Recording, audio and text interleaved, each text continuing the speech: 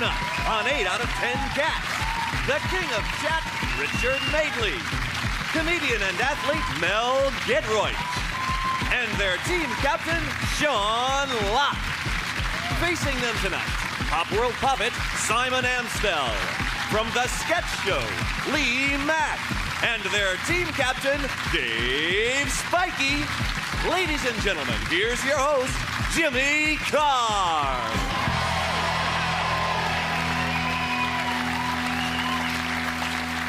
Well, thanks very much. Welcome to 8 out of 10 Cats, a show about opinion polls, surveys and statistics. Did you know, for example, 1 in 12 school children don't know who's on top of Nelson's column? The clue is in the name, Trevor Nelson.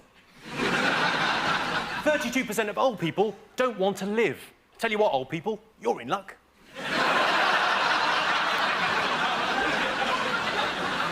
80% of women find men with cool cars attractive, which goes some way towards explaining why the last Pope got so much poontang.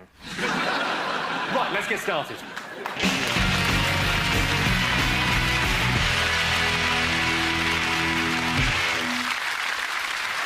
What are you talking about? That's the name of our first round. We've teamed up with a leading polling organisation and we've asked the British nation what stories they've been discussing this week. We didn't ask about the biggest or the most important news stories, just the things people had actually been chatting about. And it's our panellists' jobs to guess the British public's top 5 most popular talking points. Sean? Well, I imagine they've been talking about the announcement of the Live 8 gig, which is due to coincide with the G8 summit, isn't it, in July? You know, the G8 summit where the 8 most powerful nations all get together in a room and go, everything's going great, isn't it? I don't know what the 9th most powerful country is, but I bet they're livid. Yeah. And they're doing a big... Bob Geldof's doing a big gig to draw attention to this, and he's been in some trouble with encouraging school kids to take a day off school. Is he encouraging them to take Mondays off by any chance? He's called for 1 million people to march to Edinburgh. I mean, I think, you know, this is a country facing a massive obesity crisis. I mean, getting someone to march to their newsagents is impossible enough. But most of the kids who bunk off go, yeah, I'm going to Edinburgh, and they won't. They're going out to the park and try and get a bottle of cider, you know. Put the hooded tops up and throw scaffold tubes at hearses. That's what they do. Well, let's have a look and see if Live 8 is up on our list. Yes. Oh, okay. You're absolutely right. 48% of people were talking about Live 8. It was a huge talking point this week. I don't know if you've seen the incredibly powerful commercial where a child dies every time famous people click their fingers. I couldn't help thinking, stop clicking your fingers. Last night I went to a restaurant. I killed 2 kids just getting the bill. It's been claimed this week that the Make Poverty History wristbands are made in China by children. Of course, they might not be children. They are a lot shorter over there. My brother had the anti-racism wristbands, which is, you know, a black one and a white one. The black one fell off, so now he's a racist. Dave, over to you. What do you think people have been talking about this week? Big Brother is back. It's sort of indicative of the way the programme's going, that the second most important statistic they give you now, when it comes on, is the bust size. It's the breast size, isn't it? It's like Saskia, 34 double F. But they don't do it for... They don't do it for the blokes, do they? They don't do Anthony, 3.5 inches, on the slack.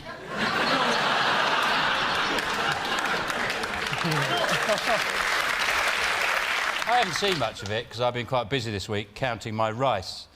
But the bits I've seen, I mean, you were talking there about the amount of large-breasted ladies. I was watching under the sound down. It looked like Benny Hill made a rap video. It's fantastic. Well, let's have a look and see if Big Brother is on our list of the most talked about things this week. It is. Big Brother was always... Let's face it, Big Brother was always going to be in our top 5. They've introduced infrared cameras in the house. We're excited about the prospect of some nocturnal activity. Bill Oddie hopes to see a badger. Sean, back over to you. What do you think the nation have been discussing this week? Well, the Bumblebee crisis. What now? What? The Bumblebee... Shit! Don't panic! Don't panic! No one panic! Calm down, it's... What are you talking about? What Bumblebee crisis? You don't know. No. In the paper, when it says BB crisis, you know that's Big Brother, don't you?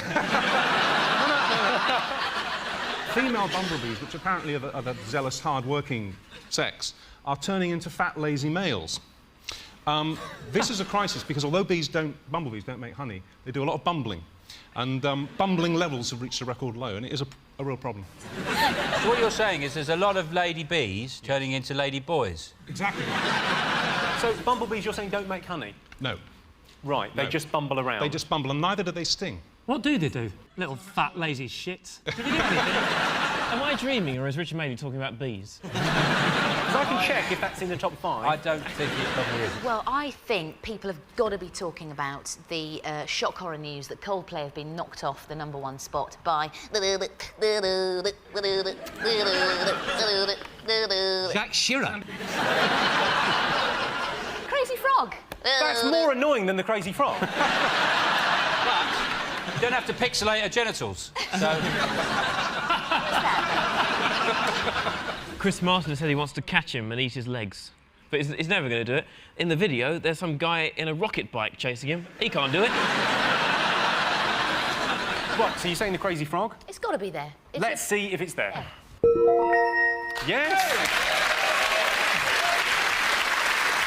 Yes, the Crazy Frog was the most talked about thing this week. The creator of the Crazy Frog has said, and I quote, "I would never have it on my phone. If it came on the television, I would turn it off. Even before it went on the website, I began to hate myself." He added, "Bing, bada, bing, bing, bing, bing, bing, bing, bing, bing, bing, bing, bing, bing." 2 more to get. Come on, Dave. Is it anything to do with the fact that the postal service have had the prices of stamps frozen? I mean, I'm not being unsympathetic, but why should they raise the price of stamps? Because what do the actual postal service do, right? All they do is they collect a letter from a box, right? They stick it in a sorting office, then somebody else takes it to a train station, who takes it up north to Newcastle, and then another bloke picks that up from there, takes it to another sorting office, he'll then sort it out again, and then he'll give it to another man, who gets on a bicycle and rides for 4 miles on his bike in the rain and delivers it to someone in the middle of nowhere, right? And they want 22p for that. It's a rip-off, isn't it? Oh, what a I was intrigued by this. I don't know if you saw this, that Tesco are now... you can get funerals at Tesco, which is fantastic, isn't it, really? You can get funerals at Tesco? Oh, shop till you drop, yeah. What is it? Oh! That's not one of the 5 big talking points this week. I'll tell you what, we've got 2 more to get. Fingers on buzzers. Buzz in if you think you know what the people have been talking about this week. Yeah, okay? buzz. Sean. I think it has to be the rejection of the European Constitution by the French and the Dutch. Have said no, non and ni. I mean, the great thing is that now we don't have a referendum, because has anybody any idea what you'd be voting for? I've got no idea at all. Does anybody have any idea? It's obvious. You're voting about whether Liverpool should be in Europe now. Oh, it's Well, let's have a look and see if the European vote was up there. Yes, it was. Mel. Rod Stewart is to be a dad again, age 60. Obviously, when his kid has their 21st birthday, Rod will be dead. Going out with one of her friends? Yes. Yeah, Dad, you coming to my 21st? You bet your arse I am, yeah. The best age to have kids, though, 60s and 70s, isn't it, really? Because you've got to get up 2 or 3 times a night anyway. That's a lovely thought. No, that didn't make the list. Japanese soldiers thought World War II was still going on. They emerged somewhere. Oh, yes. I can tell you that was the 8th most talked about thing this week. 2 Japanese servicemen have emerged from the jungle and are said to be shocked that the war is over. They were even more shocked when Ant and Dec said, "Let's have a look at some of your funniest moments."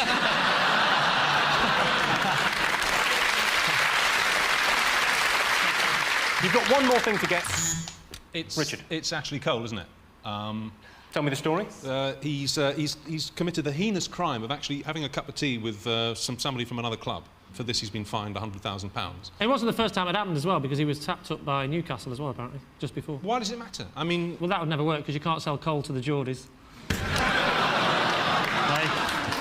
Thank you. Hey.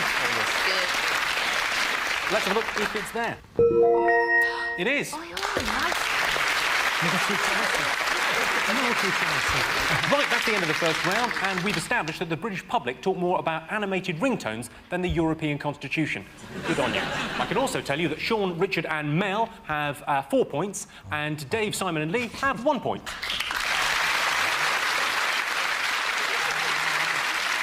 The next round is called The Poll with a Hole. We've looked through hundreds of surveys, past and present, from around the world and unearthed some fascinating facts. Unfortunately, each statistic is missing one salient piece of information, so it's up to our panellists to fill in the gaps. Dave, your team first. I can't tell you the source because it will give it away. 7% of UK kids don't know what? Shit.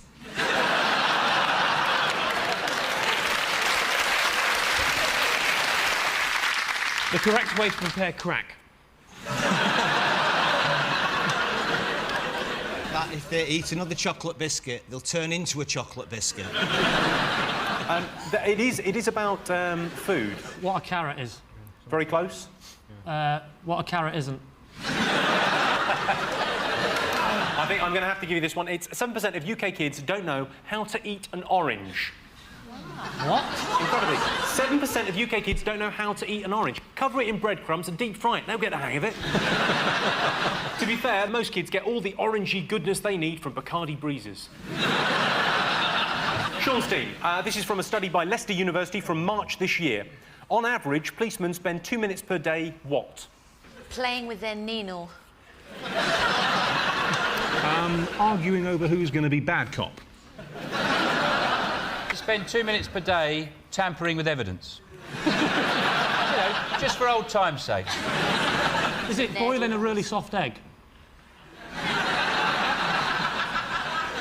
No, the answer is, in fact, on average, policemen spend 2 minutes per day taking statements. Dave, Simon and Lee, this is from the Department of Health survey from last December. Southerners are 5 times more likely to what than Northerners? Support Manchester United. Celebrate Pimm's o'clock.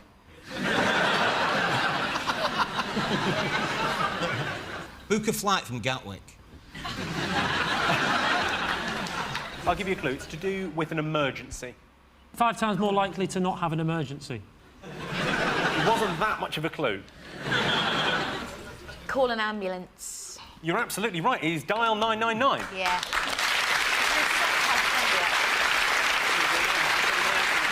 My neighbour had a heart attack, right? Fell on his hamster, and the RSPCA got there before the ambulance. Sean's team, you're next. This is according to a survey by the Ramblers Association from this March. 69% of people think that encountering what would spoil their enjoyment of a country walk? Talking sheep. Especially a really dull one. If a sheep could talk, it'd be quite boring, wouldn't it? You know, it's just been standing here all day. Bloody boring. Got over there yesterday. Great. A badger the size of a horse. That sounded really rude, the way you said it. Oh, she had a badger the size of a horse. I keep forgetting Richard Madeley's there, and it's like a little surprise every 5 minutes. What would spoil a country walk? Come on, just think about it logically. A bull. The road. Electric pylon. Yeah, you're along the right. Motorway. Cars. Well, you're absolutely right. I'll give you that. It's vehicles. What? Dave, your team. Next one's from the British Attitude Survey, December 2004. By the year 2015, half the world's population will what? Have been evicted from the Big Brother house. Will have had a go on Titmus. I've read the Da Vinci Code. Reading the Da Vinci Code is kind of along the same lines. They will be able to read the Da Vinci Code. Speaking English. You're absolutely right. Sean, yours is the next one, from a survey by Surrey University, featured in the Daily Mail in March. 17% of British women are kept awake each night by what? 17% of British men. Richard Madeley. Yeah, they're there tossing and turning. Yeah. Is it ecstasy? I think it's a gentle but insistent prodding in their lower backs. Come on, it's quite an obvious one. The children. Is it snoring? You are absolutely 100% right. 17% of British women are kept awake by their partner snoring. If your partner does snore, one way you can deal with it is to gently roll them over. Do it 3 times, they're out the bed, problem solved. So at the end of that round, it's 8 points for Sean's team and 2 points for Dave's team. Our next round is face-off, a head-to-head challenge between our two team captains. Sean and Dave have 6 well-known faces in front of them. Prince Harry, David Blunkett, Pope Benedict XVI, Wayne Rooney, Sherry Blair and Chewbacca the Wookiee. We asked the British public to rank these people in order on a series of questions. All Sean and Dave have to do is guess who came top. The first question is, who would you most like to have on your pub quiz team? Who got the most votes, Dave? I think the Pope would be good, because he'd be in the toilets texting God, wouldn't he? Like, Plague of Frogs, any idea? Any idea? I'm thinking Exodus. Which it is, actually. You're going to go with the Pope? Well, he is infallible. It's not a bad choice. Well, only if you're a Catholic, you believe that. I'm not Catholic. I was. I was at confession, and I thought, hold on a minute, I'm in a little wooden box telling dirty stories to an Irishman who never had sex. This is bollocks. It shows you I have actually met the Pope. And you know that little white thing on his head? Yeah. If you push that down and twist it, he's full of sweets.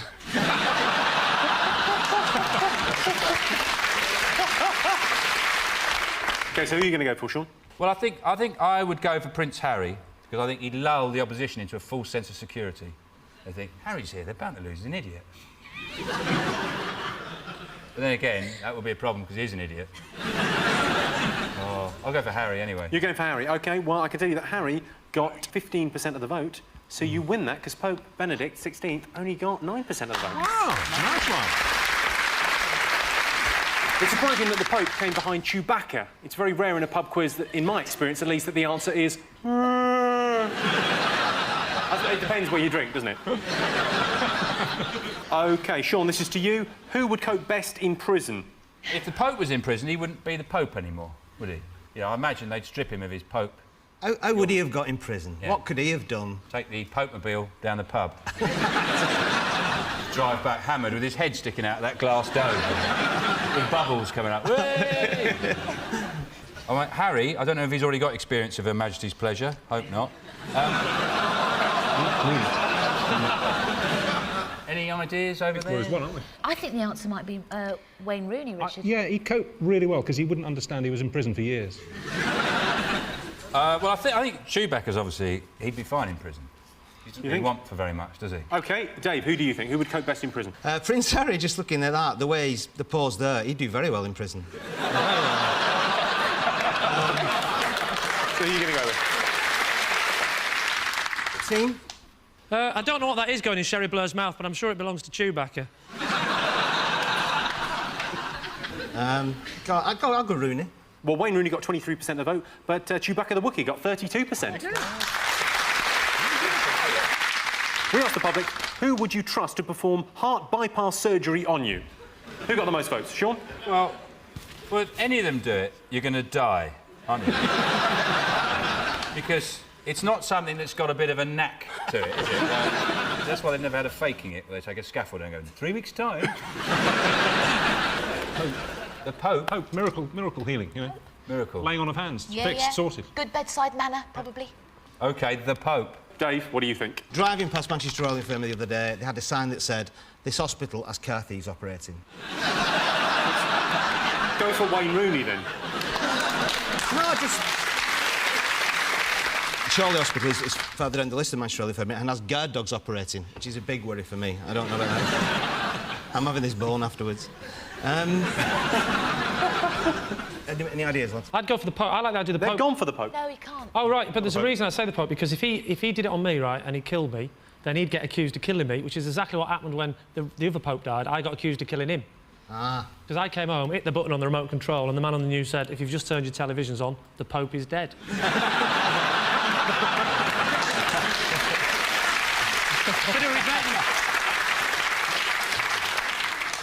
Sherry Blair.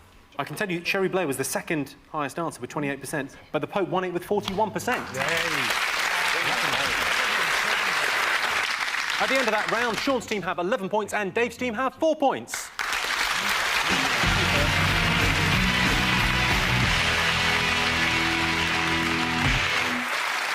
And the winner is the name of our final round. I'm going to give the teams a series of opinion polls, and it's up to them to buzz in and tell me what or who they think came top. Here's your first one. Most disappointing holiday destination. Leatherhead. Costa Delamitri.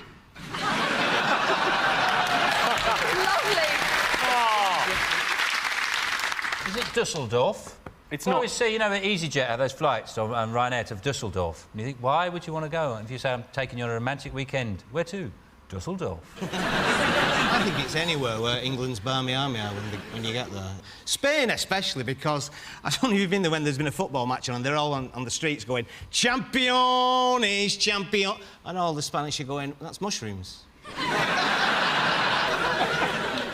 OK, come on, most disappointing. It's between Spain and France. Andorra is between Spain and... Andorra is the correct answer. The most disappointing holiday destination. This is from a That's Life magazine survey from last year. Most frequently told lie. Simon. It's been great to have you on the show.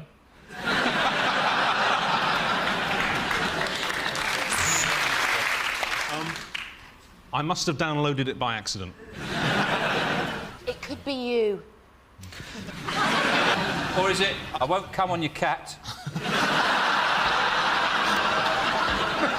Most frequently told. It's more obvious than that. It's something that is often said by men to women. Like a donkey. Something like... You Don't look fat in that. Yeah. You are exactly Yeah. right. The most frequently told lie is you Yeah. don't look fat in that. Well done, Richard. Brilliant. If you look, we've got the top 10 here. It's, of course, you don't look fat, is number one. These were only £10. Second most. The bus was late. I've got a headache. I've only had one drink. That dress looks good on you. The check's in the post. You look 10 years younger. You're wonderful in bed, and I love you. I think over the course of one weekend, I've used all of those. This is from a poll by Yours magazine from last year. Hardest thing to open. A spearmint rhino in Kabul. I think there's a market for it, I'll be honest. Yep. You go in there, pay your money. Oh, she's got beautiful eyes. Is it the front door when you need a poo? I shall tell you, surprisingly, the most difficult thing to open is not a West End musical. It is, in fact, bleach bottles. But considering the fact that kids can't get into an orange, why are we worrying? That sound tells me that it's the end of the round and the end of the show, which means the final scores are Dave's team have 7 points, but winning tonight, Sean's team with 14 points. Thanks to all our panellists, our wonderful studio audience, and of course all the people we held up in the high street asking stupid questions. Good night.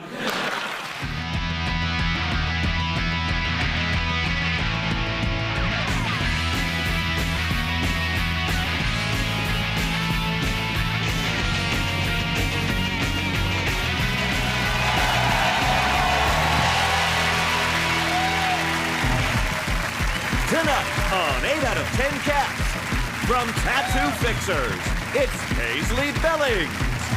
Laugh Yourself Silly, it's Josh Jones. And Rob Beckett, their team captain. And facing them tonight, getting a great reception, it's Tom Reed Wilson. She's a stand-up gal. It's Mary Pritchard McLean. And Catherine Ryan, their team captain. Now, welcome your host, Jimmy Carr. Hello and welcome to 8 out of 10 Cats, a show about opinion polls, surveys and statistics. Did you know, for example, 66% of the human body is made up of water, unless that human body is your mum's, in which case it's biscuits. 3% of the UK think they have superpowers. I have a superpower. I can levitate. Well, not completely, just my tinkle. Only when I'm looking at other tinkles. And toilets use up to 35% of your home's total water consumption. That's why, to save water, I go to the toilet in the shower. Although it can be tricky pushing it through the plug hole. Right, let's get started.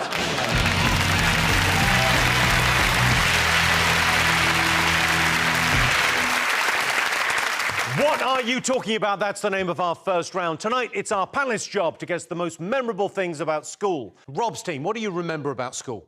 Oh, well, the teachers? Do you have any great teachers? Was there anyone that stood out? Not really. All I really remember from school is really wanting pubes. I was 13, is in PE, that was all pubed up. I was like, I've never wanted pubes more. Now I've got them, don't know what to do with them all. You've got pubes yet? One. It's one really long one. Yeah, last week I ran downstairs. Mum, look, it's happening! What were your teachers, Paisley? Some of them were all right, I guess, but a few of them didn't like me. One in particular, because I did used to spend quite a lot of time on the phone. And then this teacher caught me on my phone, and I was put in inclusion for the rest of the week. So basically, they lock you up in a room at the top of the English block with, like, a supply teacher or, like a what are they called? Pedo. People that help. People that help you. Teaching assistant. Honestly, I had to eat my lunch up there and everything. It was really sad. I feel sad for teachers now because they're not allowed to discipline anyone. If I was a teacher now, I'd be fired day one. And any type of abuse that happens to your child at the hands of another child, they'll never tell you which child it was because they don't want vigilantism. But I know it was Marianne. And I just start flirting with their dads to break up their family. And you want to go straight to the child. You just want to be like, hey, Hannah, are you going to be nice today? How'd you like to spend every other weekend on the M25? You're about to have 2 Christmases, bitch. I don't care. I used to love it when you see a teacher outside of school. Oh. Like, what a thrill. You know, when you see them, like, in the Morrisons in a fleece and they look all bedraggled. They look like, you know, when they pulled Saddam Hussein out of the ground. They always moan as well, that, oh, there's so much marking. Oh, there's so much marking. How hard can that be? They know the answers. We both went to school in South East London, didn't we, right? And you don't learn anything apart from how to know when a fight's going to happen. They never taught us anything that we'd use. They taught us stuff like Spanish and music. Everyone I went to school was a gas fitter. Not one flamenco guitarist. Like, none of us had to do our tax returns. We all know our own G-sharp. Now, each teacher has a different reason for getting into teaching. Take a look. So why do people become teachers? I can only say that I always wanted to be a teacher from being a tiny child. I knew I wanted to teach drama. I wanted to do a job that I would be proud of. Well, I only went into it, first of all, as a sort of a stopgap. Wow! A stopgap between school and prison. Do you know the teachers I hated? French teachers. They're shit, isn't it? It's just someone that can speak French, isn't it? Being a teacher, they just speak French at you and go, oh, don't you know it? You're not doing very well, are you? Well, my grandpa was a French teacher and my father was an English teacher, and that's how I happened. Because... Your dad fucked his dad?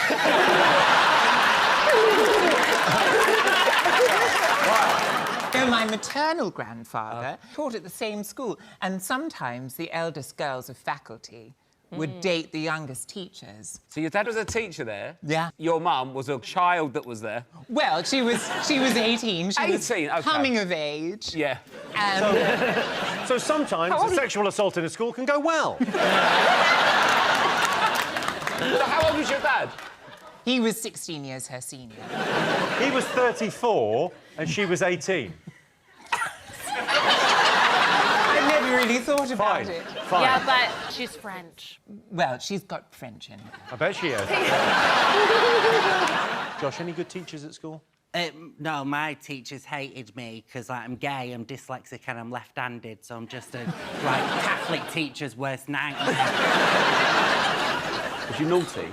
Yeah. I was like one of the bad boys. You were one of the bad boys? Yeah. And people meet me now and think I'm like, woo, but actually I'm pretty dangerous. Because I was like getting bullied. I started doing boxing for self-defence, and I did boxing for years and I loved it. I loved it so much. And not just because of the skipping, but the never-ending violence. I was the opposite, Joshua. All the teachers loved me, and I was really popular, too. I was in a very exclusive clique of one. Yeah. I was like the kid every other kid hated. I did everything right. I was really smart. I was bilingual. And the teachers wanted to have lunch with me and chat to me. Like, I was cool with them only. It was very sad. And then I realized I didn't like that anymore. So I packed that in about 14 and started getting fingered. What an inspirational story for anyone watching. Let's have a look and see if teachers are up there. Yes, it's teachers. They say those who can do and those who want loads of holidays and to finish work at 3:30, teach.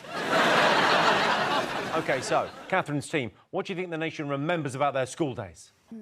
I think they've got to remember school dinners. We're top 20 in obesity here, but now that we don't have the EU butting in, we could go for #1. I think the way they should do it now is because there's a lot of obesity at schools, isn't there, right? And schools are overcrowded. So what they should do is, rather than having a canteen, they just put all the food in the middle of the playground and just let them run at it. And all the fat ones that can't keep up will lose a bit of weight. The skinny, poor ones will get a bit bulkier. And then, you know, you may lose a couple of lives along the way, but then smaller classroom sizes. I don't see how they can be obese now, because you're not allowed to pack them anything delicious in their lunch. You're not allowed nuts, you're not allowed any chocolate, not allowed any fizzy drinks. But I stopped drinking fizzy drinks at school because I remember that experiment where you had to put a tooth in a glass of Coke, and after a week, it had vanished. No. Yeah, because it was dead. Oh, yes. There you go. You can drink Coke, you'll be all right. They tricked you. In that way, they take an apple and they roll it around and bruise it, and then they take another apple and they don't bruise it, and then they tell you to slag off the one apple and be kind to the other apple. Then they cut all the apples in half. And they go, see, your hurtful words have bruised this apple. That's what the fuck are you talking? Well, they don't do that here. What do you mean, the old bruising the apple and then talk to the apple? It's very normal. You slag off one apple, you're kind to the other apple. You see that those one you slagged off is bruised, you give your teacher a hand job, you don't go home and tell anyone. Back to school dinners. I used to have packed lunch because I was a really fussy eater, and then it sort of ended up being a good thing, because once Jamie Oliver took all the good stuff out of the vending machines, like, I still had crisps, chocolate... Did you sell it at a profit? No, I'd trade, like, my Lunchables, though, because I love cheese, so I'd trade, like, the chicken bit for more cheese. Yeah, the meat in a Lunchable, you know, oh, that yeah, is bit. not acceptable. It's just a pink square. Yeah. The packed lunch is a dangerous game, though, isn't it? Because one wacky choice by your mum, and people see it, like, your life's over at school. All right, brioche boy. 7 years have gone by, and I remember that one time you had a bit of brioche. You can be in a pub with your kids at 33 and goes, all right, brioche! Still having brioche, are you, prick? What do you remember at school dinners, Kiri? I was part of the generation where we had the turkey Twizzler.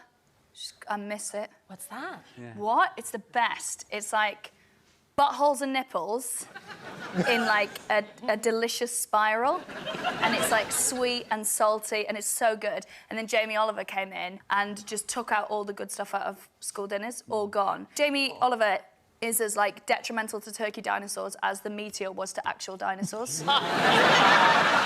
Josh, what do you remember from school dinners? I just used to smoke. So you wouldn't eat anything?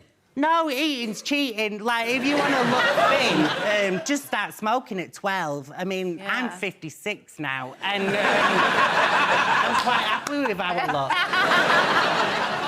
What I used to find disconcerting was sweet servers for savoury things. Like the smash would be served with an ice cream scoop. Yeah. That was so incongruous to me. It sounds like the kind of school that you went to, like, you would start from the outside with your cutlery and work your way in. Like, did you go to a fancy school, Tom? Well, my secondary school was. It was a nautical college, and I had to polish cannons every day. And I wish it was a euphemism, but it's not. I had a microfiber duster and a can of Brasso, and if I didn't do it, I had to do a march of shame around the parade ground in my number 2s, which was my uniform. We've got a photo of you from your school days from my private collection. That's in the marching band with my French horn. Well, you had to learn to blow somewhere. I tell you, marching with a French horn is perilous for your teeth if you're trying to play Henry Mancini with an instrument that large. That's why I've stayed away from it. Do you still have the hat? Well, yes, I do. This is like Grindr Live. Have you got the hat? I do love a posh bike. It makes me feel like dead rugged and manly and like I'm the bit of rough. Like, I'm just going to come in and sweep his chimney. Oh, don't call it his chimney. OK, let's have a look and see if school dinners are up there. Yes, indeed, it's school dinners. Our dinner ladies at school weren't a great bunch, but there was one DILF. I wouldn't have minded putting a toad in her hole.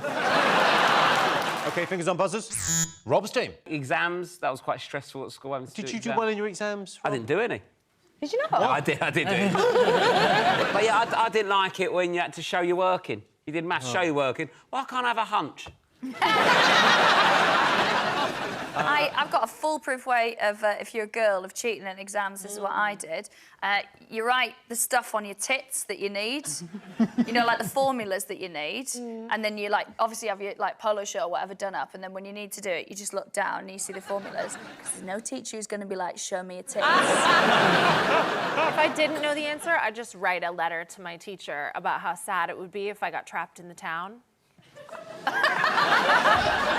I was like, please, Mr. Carr, I really hate this city, and you know that I don't belong here, and if I don't pass and get at least a 72, then I will be here, and you will see me in the bars, and you will deal with me. And then he did give me exactly a 72. I couldn't get away with it, because when I did my exams, I had to be, like, chaperoned by this, like, guy, because I was too naughty. So, and also because I was thick as shit. So I'd just be doing my exams. But sometimes he'd give me the answer, because he wanted to get off.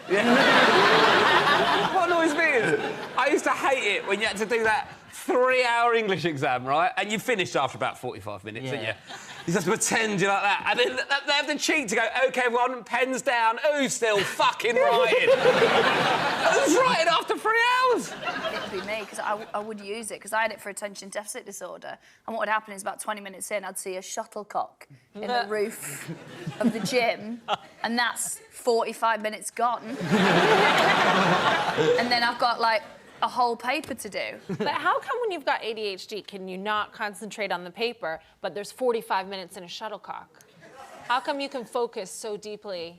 Well, because, like, the shuttlecock is the leap-off point. Yeah. So you go shuttlecock, and then you're like, why is it shaped like that? And you're like, what's the end made of? Is it nice to bite? And then you're like, do you know what I like biting? It's like the end of certain jumpers, but not the jumper that I'm wearing right now. And then you're like, why is it only jumpers that are delicious, though? And then you're like, oh, my God, it's been 45 minutes.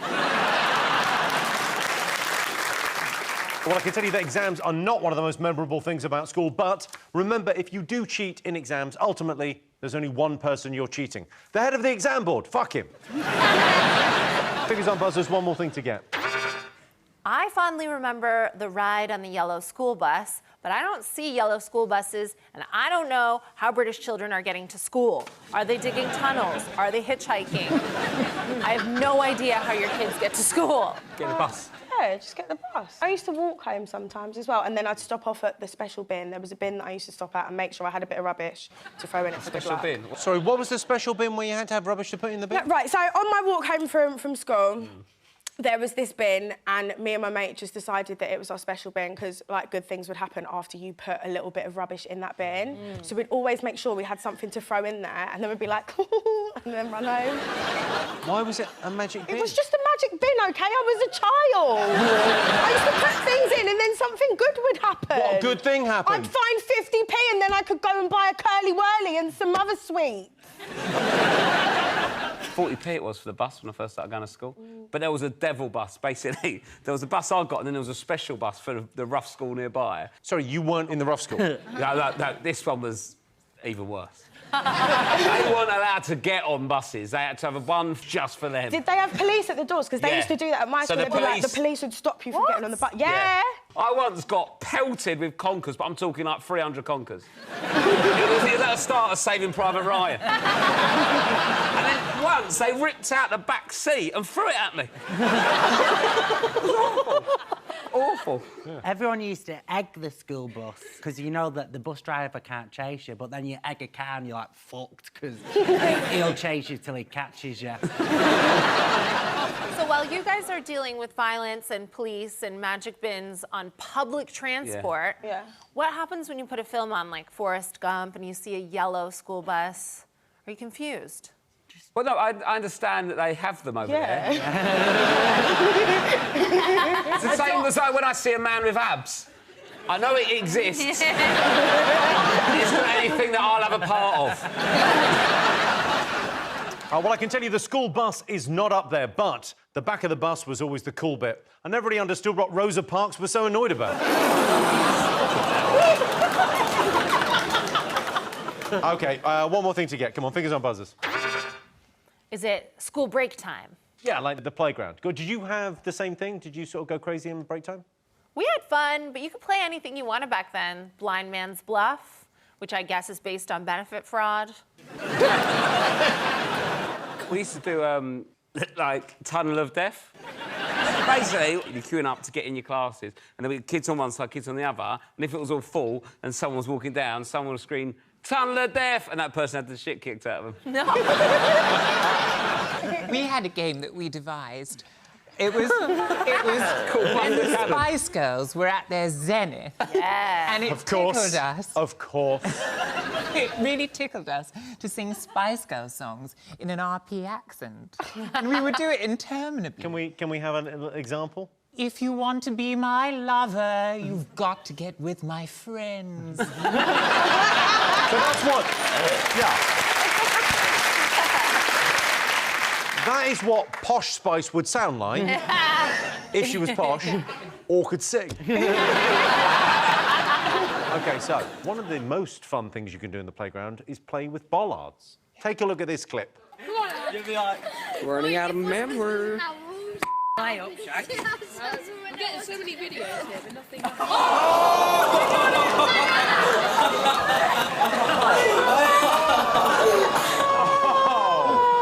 Oh, let's see it again, let's see it again. Oh, it's full force. Poor Michael McIntyre. That happened to me, that's why my voice is this high. Right, this is quite dark, but it's quite funny. There was... someone had some... It was in a classroom, and someone had scissors. They went, I'll pass him scissors, so they broke through them at him. Went into his head. It was all fine, right, at the end of it, but it went in, like, in there, and a little bit, and it was bleeding and stuff like that, and he went, oh, God, and, like, fell down on the floor like that, and the teacher went, just don't move, I'll go and get some. And he's letting the blood over his hand there like that, going, oh, God, I can't move. And then someone in the class went and got a bit of chalk and just drew a chalk line around it.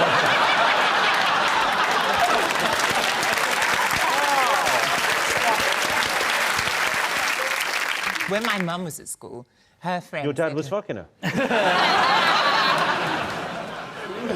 Her friend said to her, I want to be off games for the whole term. Will you break my arm? I promise I won't tell.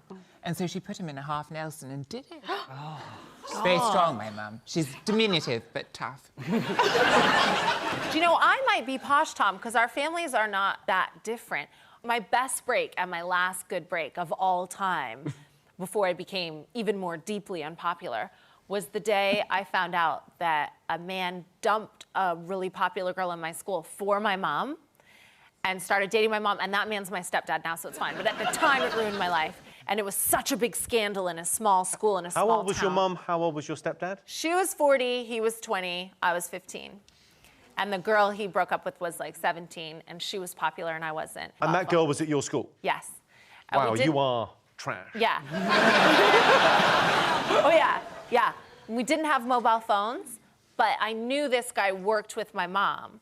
So I took a quarter from my friend Lori, and the whole school was abuzz with this news. And I was like, I'm gonna call him, because I knew my mom's work number.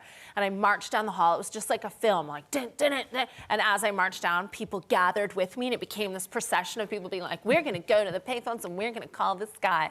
And I had this big crowd, and I went to the payphone and put the quarter in, and I rang, and I called the work, and I said, hello, can I please speak to Abe? His name's Abe the Babe. And then it transferred to him, and he was like, hello? And I was like, you're fucked. Yeah, by your mum. And then we spent a year trying to ruin his life. It didn't work. He still kept fucking my mom, and then I gave up. And now... That must be a great lay. Yeah, she is. Thank you. I got my finger chopped off at primary school. I was trying to escape, and do you know when you got the metal fences like that? And I got my finger, like, cut off. But they sewn it on. I'm pretty pissed off, because they've, like, put it on sideways.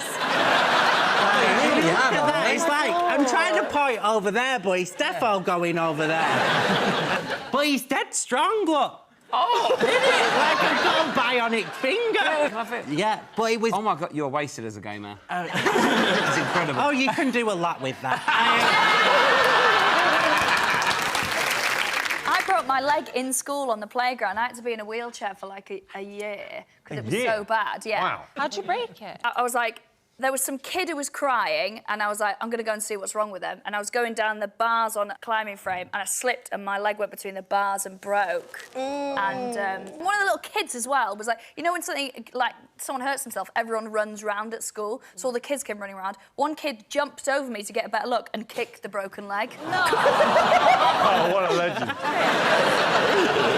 That painful. Oh, it is now.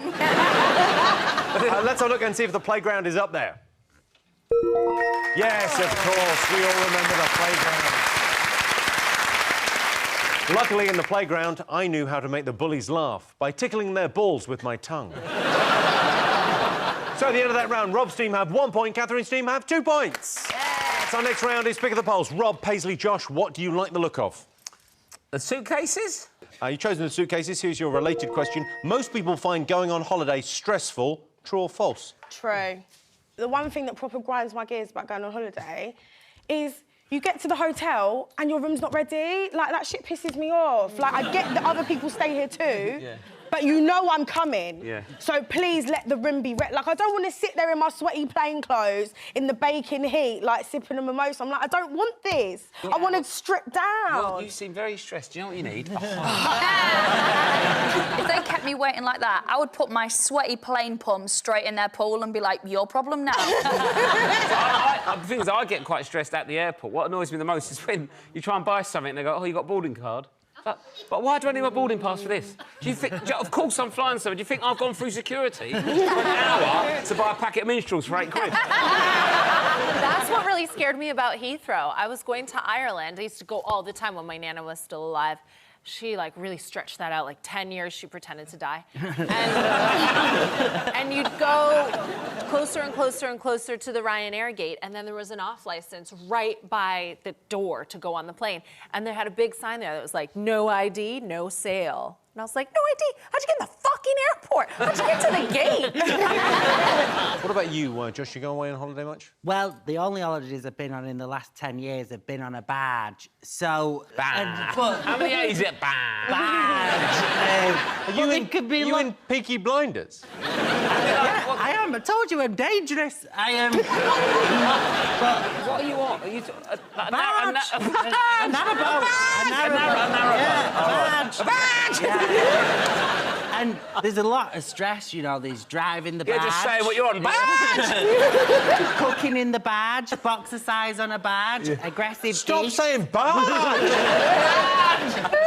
How come you went on a badge holiday? When I was at uni, some guy who went uni with, he had a badge in Reading. So we went there. To be honest, this is quite sad. For years, it was the only time I've been to London when I was stuck in the megabus bus station waiting to go to Reading on my badge. That was my whole experience of London till about 3 years ago. It was great, though. They had a Greggs. Yeah.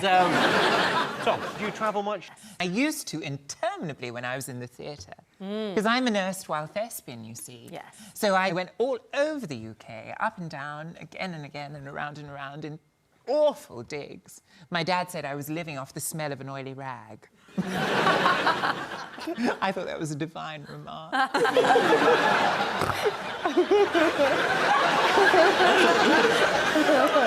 The same oily rag you used on your mum. Kiri, what do you find stressful about travel over here? Last girls' holiday I went on was a nightmare. Really horrible. Like, I lacerated my hand on a rock playing in the sea, and then we went to get it sorted out, and it needed 4 stitches, but it was like €200, and I didn't have that. I'd spent it on the holiday. So I just bought some iodine and poured it in the wound, and then sellotaped it up. And then we booked to go to a water park the next day, and I couldn't get it wet because I had it sellotaped and I had to keep it straight. So all the photos of me are basically doing a full-on Nazi salute on all the rides, trying to keep my wound dry. Now, one way to make holidays less stressful is to ensure you get to the gate at the airport on time. I've got a time-saving invention here, Would you like to have a go? It's a suitcase, and it's like a ride-on suitcase. Rob, do you want to go? Yes. I've never wanted to do anything more in my life. OK, so you can probably figure it out. It's, yeah, open it that, comes out there? and then you can pull up the handle. Oh, hello. Pull up that. What? It's quite powerful. Yeah. Right. So you're... Rob, the flight leaves in 2 minutes. It's over there. You're all the way over there. Not a problem. It's a busy airport, Rob. You're never going to make it, Not mate. a problem, mate. I've got a speedy boarding. Hang on. Here we go. Is that on? Mate, honestly, the flight is going. No!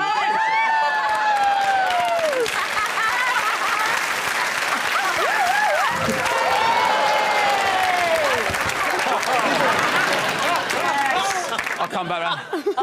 I've never seen him this happy. See you next week! That's the best thing I've ever had. I'm having this now, Jim. I don't know. That's good. I mean, it don't corner well. Darling, that hump, you practically flew. You Yeah. did. It turned into chitty before my eyes.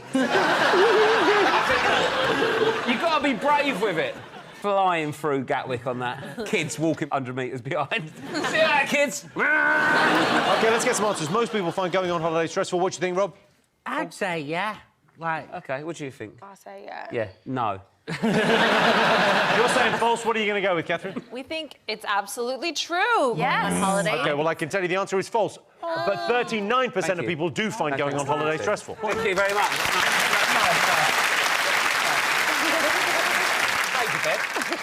When I went on holiday, I was worried that my elderly nana wouldn't be there when I got back. I needn't have worried. I rushed back from the airport, and there she was, lying at the bottom of the stairs, just where I left her. OK, Catherine Steen, what do you like the look of? I think I like the face paint. OK. Yes. Well, you've picked the face painting, which means it's time for our face painting challenge. Rob and Josh, Catherine and Tom, put on your smocks. Come and join me in the middle. Whoa. Come on.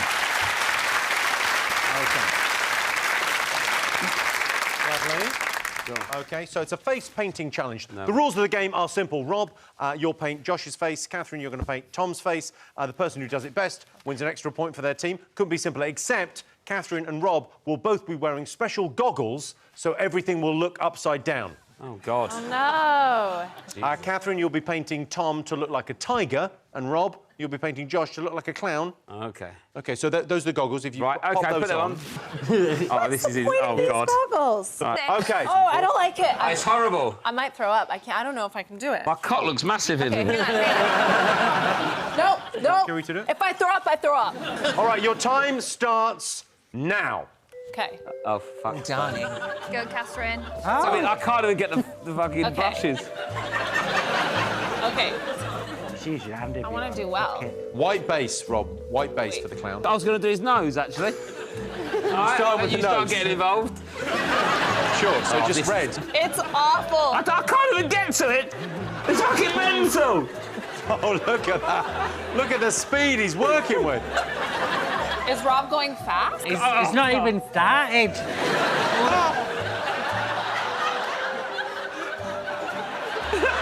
It's so awful. I'll do that and you move your face. It's so awful. Try a different brush. Okay. You know, I was going to say this is my ASMR. Okay, sorry. Suddenly it's in my mouth.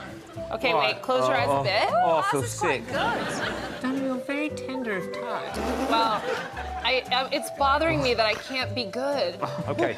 I don't like hurting people. It feels very symmetrical thus far. What are you doing? Keep your hand still. I'm so sorry, Josh. Darling. Sorry. Why are you That's rather painting his shirt? I can't. Oh, wait. Because... What are you? I keep talking out you know where my head. I feel absolute. I don't know where anything is. Well, Why are you slurring your words? Mate, I don't know what's going on here. He's on a bag. Oh, here we go. We're back in the game now. Divine. And I think you've got perfect symmetry until the spots went on. There's nothing in that one! Oh, for fuck's sake. Okay, Tom,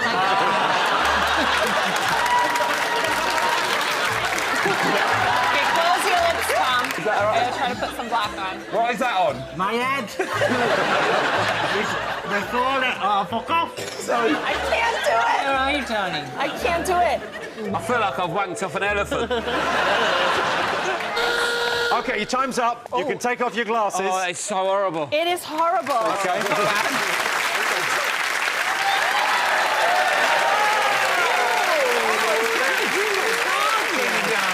I think we've got to agree Catherine is the winner of that challenge. Yeah! So the winner is the name of our final round. Here's your first one. The scariest thing about the future. Is it the diminishing numbers of giraffes? Yes. Well, good thing you buzzed in with that early, because I think they were thinking it was. Well, I just think they're so beautiful. Zarafa is Arabic, meaning charming. And I think they are so charming. They are too big, though, giraffes, aren't they? I love them. There's food on the ground. No, but the high Gazelles do all right. The high leaves are infinitely moist. OK, the scariest thing about the future. OK. I can tell you, a little bit of a spoiler, not fucking giraffes. I mean, that would be scary, trying to fuck a giraffe, wouldn't it? Well, that's a two-step ladder job, that, isn't it? One for each leg, off we go. Well, you're giving this a lot of thought. Oh, yeah. I'll do a job of doing properly. If you want to fuck a giraffe, Jim, I'll think about it. OK, scariest thing about the future. What do you think, Josh? What do you worry about? Like everyone having to go vegan, because I was a vegan for a couple of years, for like 3 years, but then I was bitten by a dog and I thought, do you know what, fuck them, they're not even great.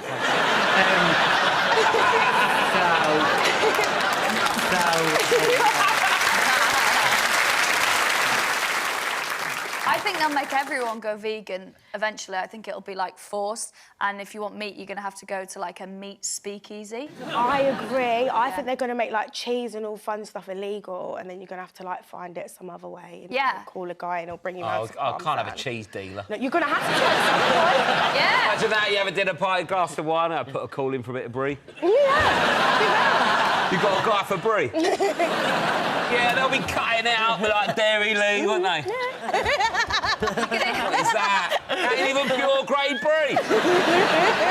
Scariest thing about the future. What do you think? What do you worry about? I am worried about robots taking over, because I already don't trust Alexa. She's always listening, and I don't like Siri. All these things are listening to you and learning about you, and I feel like they're just going to get us. Like, anything happens with technology, first thing we do, we're like, how can we fuck it? They're going to be so busy being filled in from every angle by your weird cousin. They haven't got time to take over the world. They're too busy, like, can I get the jizz out of my nuts and bolts, please? Scariest thing about the future. What do you worry about, Catherine? We're all getting older along with HD technology, and that's really hard for me. It was fine being older in the days of black and white, you know, films. Oh, very gosh. nice. Greta Garbo becoming a recluse because she didn't like seeing her wrinkles in the days where she could put Vaseline on the lens, for heaven's sake. Imagine her now. Do you know what scares me about the future? We all end up in Panto. Well, I mean, you're worried about Panto. I'm worried about the jungle. It's national service for us. Well, I mean, you've got to imagine you in the outfit. What? A little pair of shorts and a fleece. A little hat on. Jungle's all right, but Panto, when you're stuck in Stoke with Ainsley Harriott for 3 months. I had the most awful pantomime experience. I was playing Fiorina, the evil fairy in Sleeping Beauty, and there was a group of school children in the front row, and I said something particularly evil to the prince, and this 6-year-old boy went, "Oh, fuck off and die!"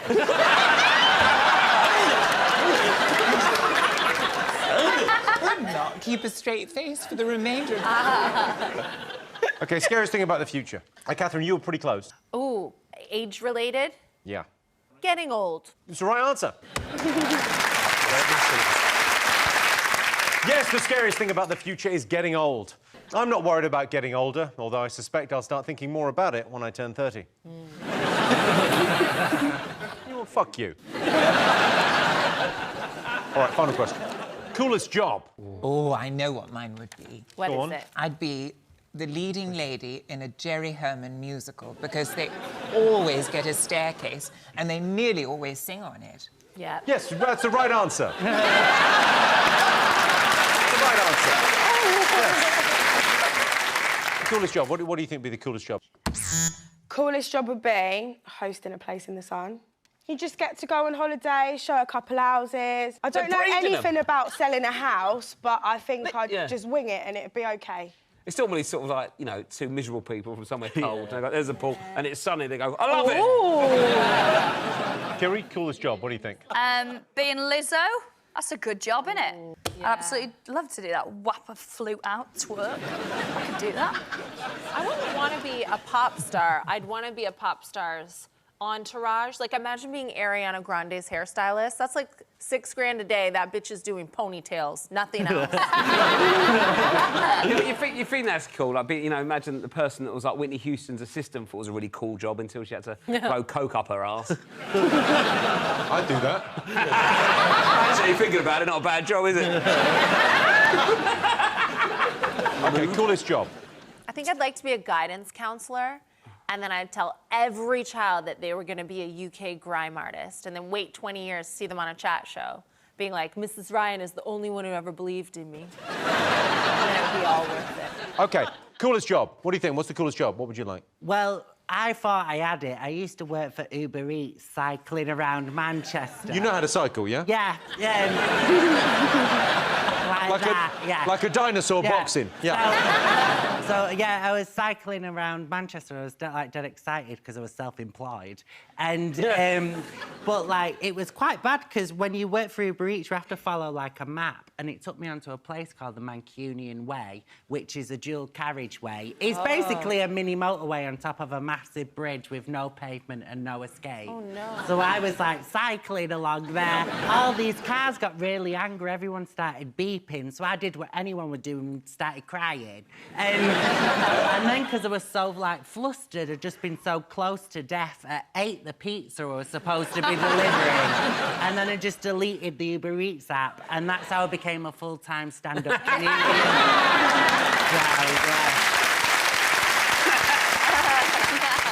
OK, coolest job. You're more likely to get recruited to do this job than to go for the job. Oh, spy. That's exactly right. Spy is the coolest job. Yes, the coolest job is being a spy. The best thing about being a spy is that you get to die of Novichok, which is what's going to kill Eamon Holmes. Novichok, and then Novichok, and then Novichok. Well, that sound tells me it's the end of the round and the end of the show, and I can tell you, Catherine's team are tonight's winners. Thanks to all our panellists, our wonderful